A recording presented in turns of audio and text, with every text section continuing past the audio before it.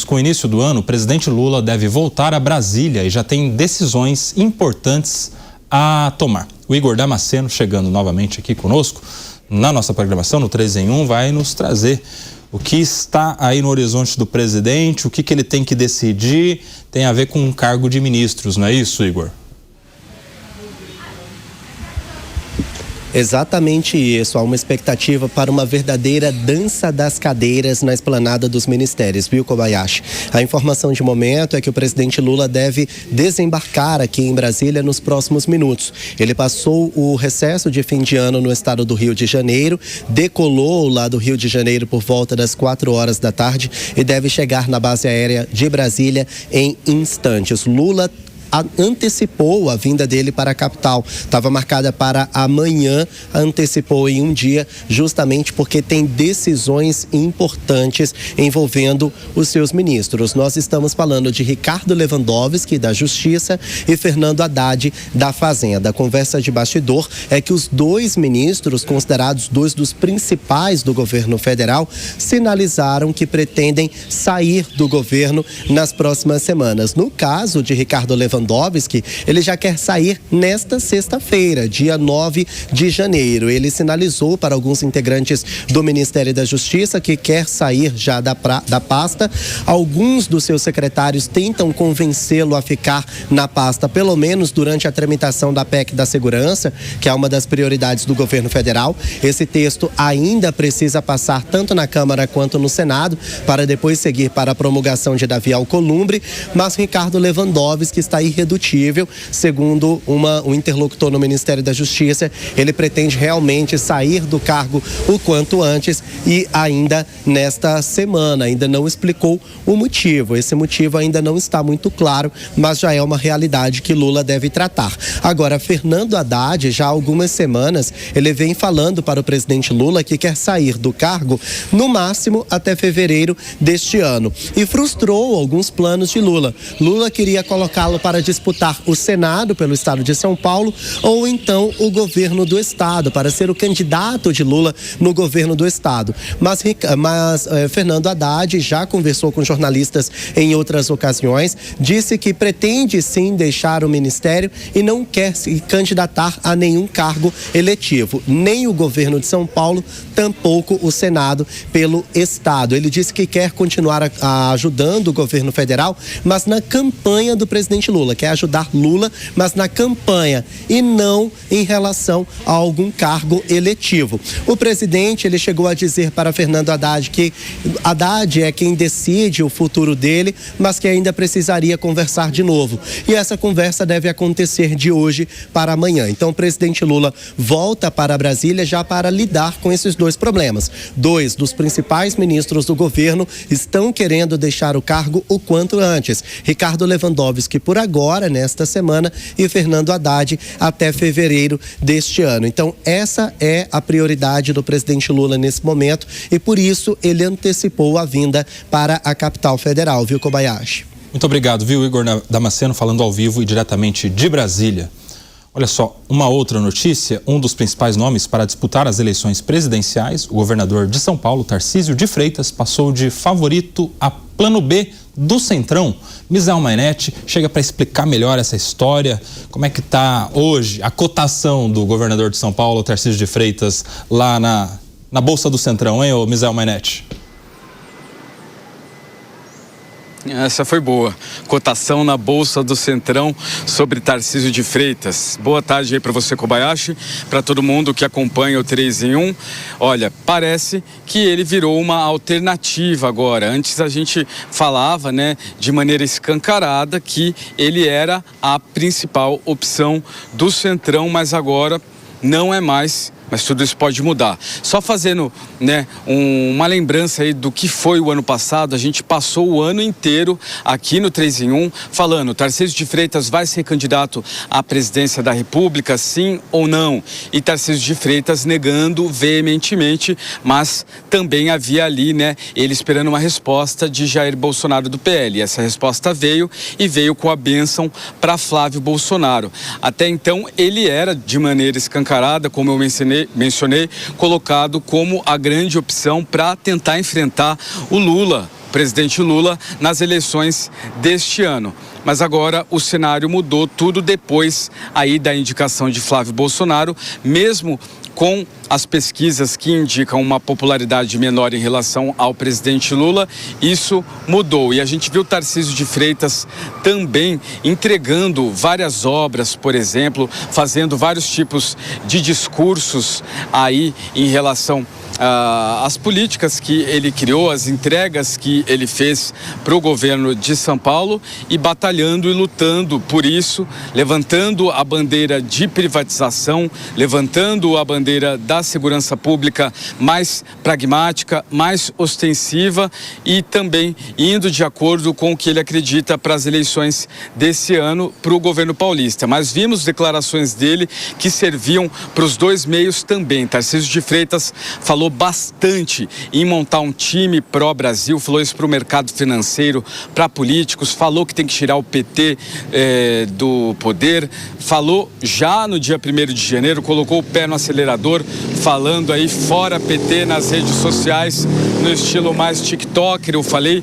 Então, houve, né, essa remodelagem, mas até o final de março, quando há a desincompatibilização, a gente ainda pode aguardar surpresas, eu diria. Mas nos bastidores, aí interlocutores colocam Tarcísio de Freitas como uma alternativa se outros nomes não derem certo. Então, para a presidência da República, pelo menos até então, a gente teria o presidente Lula do PT enfrentando o Flávio Bolsonaro, senador pelo PL do Rio de Janeiro, e também outros nomes que podem surgir nessa corrida maluca. Lembra da corrida maluca que saem os primeiros, né, vários corredores ali? Então, o Ronaldo Caiado, Romeu Zema seriam grandes apostas aí, e por Gilberto Kassab, que aí é o grande líder do centro, a gente teria Ratinho Júnior e quiçá Eduardo Leite. São os grandes nomes que devem sair com tudo nessa corrida, e depois esses nomes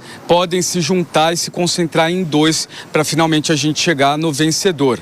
Mas Tarcísio de Freitas até então não seria mais o preferido do centro. Mas como eu mencionei, vocês avaliam aí no estúdio, a gente vê também vários especialistas que avaliam, tudo agora é uma tentativa também de Jair Bolsonaro ou do PL ver como que as pesquisas eleitorais e os líderes partidários reagem a Flávio Bolsonaro versus Lula.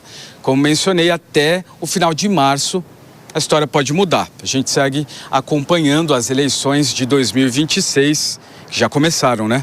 É isso aí, senhor Misael Mainetti. Tomara que não seja o Dick Vigarista a ganhar essa corrida maluca. Ô, Misael, você que está acompanhando essa novela desde o começo, Tarcísio vai para a presidência, não, fica no Estado, não, mudou, agora vai ser candidato à presidência com apoio de não sei quem. Vai ser muito injusto se não for você, em abril do ano que vem, a não chegar aqui e dar a notícia final para onde de fato irá Tarcísio de Freitas, abril desse ano. Já estamos em 2026, né? Então espero que você volte no final da novela com o capítulo final dizendo para onde irá Tarcísio. Beleza, Misael? Tá combinado, tá marcado. Dia 1º de abril, dia da mentira, eu estarei aqui com a verdade. É isso aí, Misael Mainetti aqui no nosso 3 em 1. Vamos lá, vamos repercutir esse Suco de Brasil aqui, as notícias da nossa política, ministros deixando o governo, ministros importantes, em primeiro escalão, saindo fora.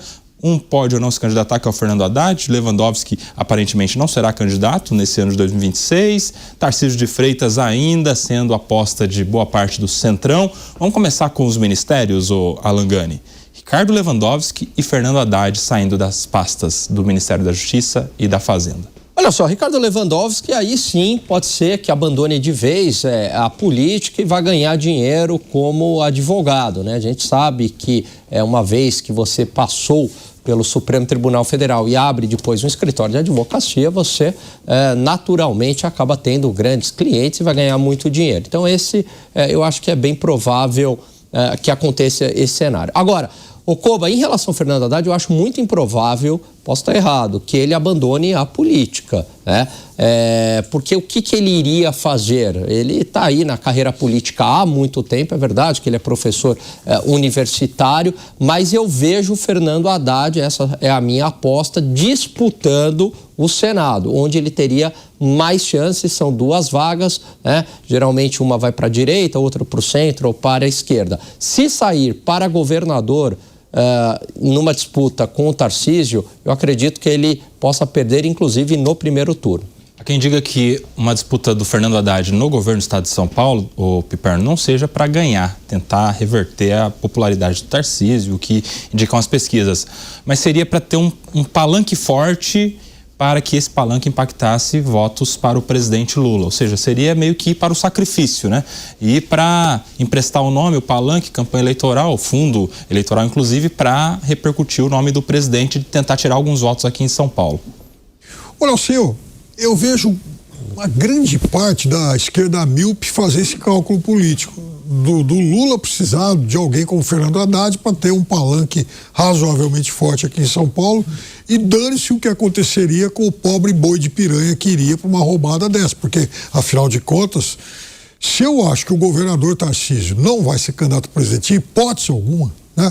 E hoje, inclusive, ele aparece num cenário muito desfavorável, mesmo quando comparado a Flávio Bolsonaro, e o presidente Lula continua mantendo um certo favoritismo. Da mesma forma, acho também que as chances de Fernando Haddad aqui em São Paulo seriam bastante exíguas. O Lula pode pensar em outro nome, o PT pode pensar em apoiar um nome de um outro partido. Por que queimar Fernando Haddad numa disputa como essa? Seria, como eu disse que outro dia, um erro grotesco. Se ele quiser ser candidato ao Senado, e aí ele aparece pontuando muito bem nas pesquisas, aliás é o líder, ok, seria um direito dele, e bom para ele, talvez, e para o PT, que precisa, né, eleger uma bancada robusta para, quem sabe, apoiar um segundo mandato, um quarto mandato do presidente Lula. Mas há também essa outra possibilidade dele não ser candidato a nada, porque deseja coordenar a campanha do Lula. Já falou sobre isso algumas vezes, até porque, se ele exerce esse papel e o Lula vence mais uma vez, ele poderia retornar ao governo e aí sim ser, inclusive, preparado para ser o sucessor em 2030. Lembrando que ele já foi um candidato desse segundo turno em 2018. Ele é um nome muito importante nessa engrenagem do PT e importante demais, inclusive, para ser sacrificado numa disputa ao governo paulista. E só uma última coisa. Essa história de que o Lula precisa de um nome forte aqui em São Paulo, isso é balela. Quem era o nome forte do Lula, por exemplo, em Minas Gerais em 2022? Ele ganhou a eleição lá, no primeiro e no segundo turno. A marca dele, o nome dele, é mais importante do que qualquer outro nome no estado. Agora são 17 horas e 28 minutos, rápido intervalo para você que está na rádio. Por aqui deixa eu chamar o Acácio Miranda. Acácio, essa situação do Fernando Haddad mesmo, se vai disputar o governo, se vai disputar o Senado, se não vai disputar nada, vai tentar coordenar a campanha de reeleição do presidente da República, é uma situação que pressiona o Haddad, o ministro da Fazenda, porque se ele vai para o governo, ele não vai com tanta responsabilidade de ganhar, porque as pesquisas já colocam ali uma mão na taça do Tarcísio de Freitas para a reeleição, né? Há quem diga que ganharia até no primeiro turno, dependendo das circunstâncias. Mas se ele vai para o Senado e perde, aí a figura política, o quadro político Fernando Haddad sairia bem desgastado, né? Porque seria uma terceira derrota seguida. Pediria música, né? Perdeu pro Dória no primeiro turno, eleição para prefeito, depois perdeu pro Jair Bolsonaro, eleição presidencial em 2018, e essa terceira eleição que ele poderia perder no Senado tendo 2 vagas, seria uma derrota considerável para a carreira, para o currículo do Fernando Haddad, né? A saída agora do Haddad, Koba, ela tem como principal objetivo pressionar o governo, porque o Haddad já foi para o sacrifício diversas outras vezes, inclusive no ministério. Nós já falamos aqui durante a programação, o Haddad é até um pouco boicotado por outros ministros, como é o caso do ministro da Casa Civil, Rui Costa. Então ele pressiona desde já para sua saída, para que ele já assuma protagonismo na campanha à reeleição do presidente Lula, para que ele seja o coordenador de campanha do presidente Lula e, num eventual próximo mandato, se credencie para ser o ministro-chefe da Casa Civil. Na cabeça do Haddad é o cenário ideal.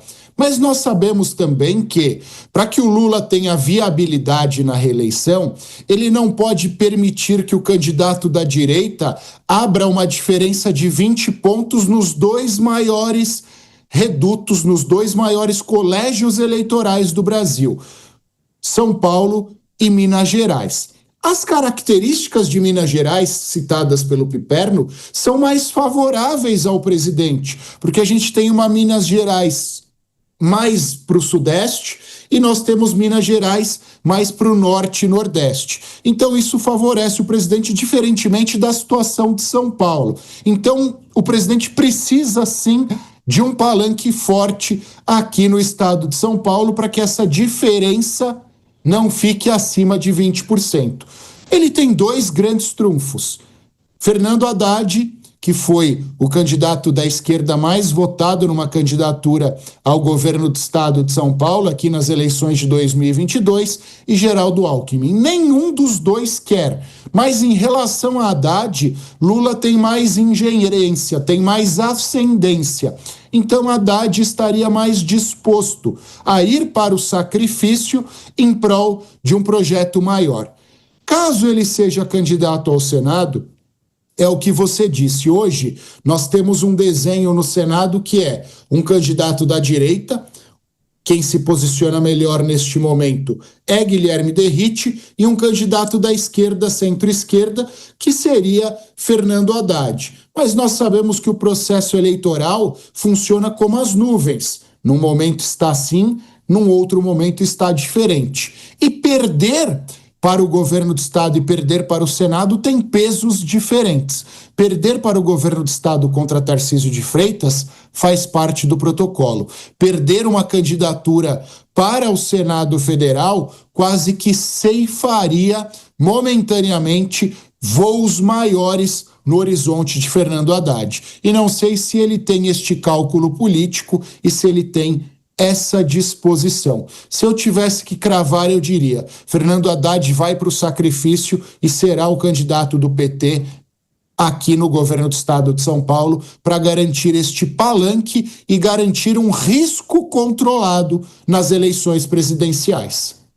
Poderiam ser os concorrentes de Fernando Haddad numa disputa ao Senado. Muito bem pontuando já, o Guilherme Derrite é o que dispara na frente aí do Partido Progressistas, e haveria também um nome bolsonarista, que não está muito bem definido, do PL, para ocupar a candidatura que era, dada como certa do Eduardo Bolsonaro, agora totalmente inviável, uma cadeira que pode ser do Tomé Abduch, do vice-prefeito de São Paulo, Coronel Melo Araújo, do deputado Marco Feliciano, Rosana Vale, são ali os que disputam essa bênção do Jair Bolsonaro para disputar pelo PL, e aí seria a chapa ali, um do PL, um desses quatro, mais o Guilherme Derrite, apoiado pelo ex-presidente, além do Salles, que foi para o Partido Novo e que pode ser também um candidato no Senado. E aí, Piperninho, para a gente fechar aqui, o Fernando Haddad indo para a disputa no Senado teria que combinar bem ali a situação com o PSOL, porque a Érica Hilton está pontuando bem ali, cerca de 10%, ali uma pontuação relevante em algumas pesquisas,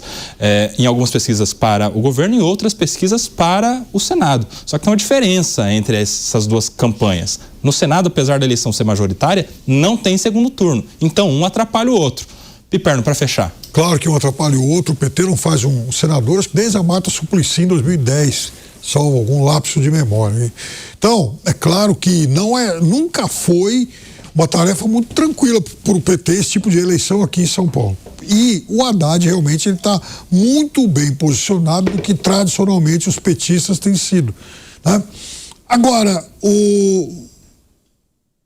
e antes da Marta, acho que o Suplicy foi o anterior, Agora, então, no caso da Érica Hilton, também seria muito ruim para a esquerda ter a Érica Hilton disputando uma eleição majoritária de enorme risco e perdendo o potencial de votos da Érica Hilton para deputado, porque não custa lembrar que o PSOL já não terá o Boulos, que foi o deputado mais votado de São Paulo na última eleição com 1 milhão de votos. Então já perde esse 1 milhão de votos. Se perder também a Érica Hilton, vai ser muito difícil para encontrar um outro nome com esse potencial eleitoral.